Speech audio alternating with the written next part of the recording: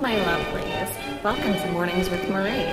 With me, Marie. Today I would like to talk to you about feudalism. Feudalism was a political, economic, and social system that established itself in Western Europe in the 8th century.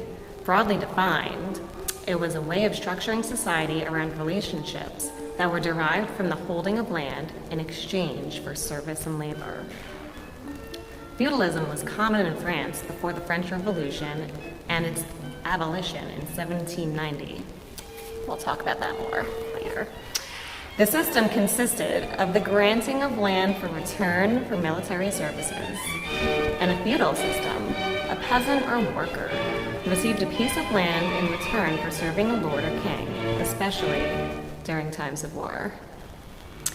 The structure of feudal society was a class system.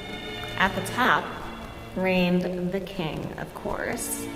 Next came the most powerful vassals, wealthy landowners such as nobles and bishops.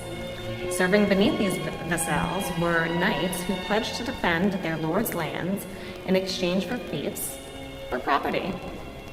Fucking landlords. At the bottom of this system were landless peasants or serfs who worked the land. In the feudal system, status determined a person's prestige and power. Social class was usually inherited. Typically, you would live and die in the position in which you were born into.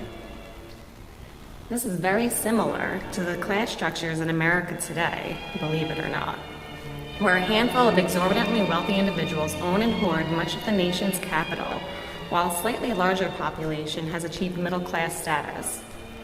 However, the majority of Americans live in or within the brink of poverty.